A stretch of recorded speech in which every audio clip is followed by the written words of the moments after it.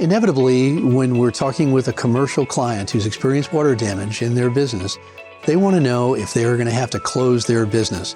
And we do everything in our power that they don't have to close their business. We've got all the techniques, we've got the options available to us to do what it takes to avoid closing a business. We know how important that is to many of our clients. We have completed hundreds of commercial restoration projects, from the flower shop to the daycare center to the insurance office to brokerage office down the street, grocery stores, warehouses, medical facilities, hotels, manufacturing, distribution. We've been in every one of them. We get it. It's a hassle, it's inconvenient.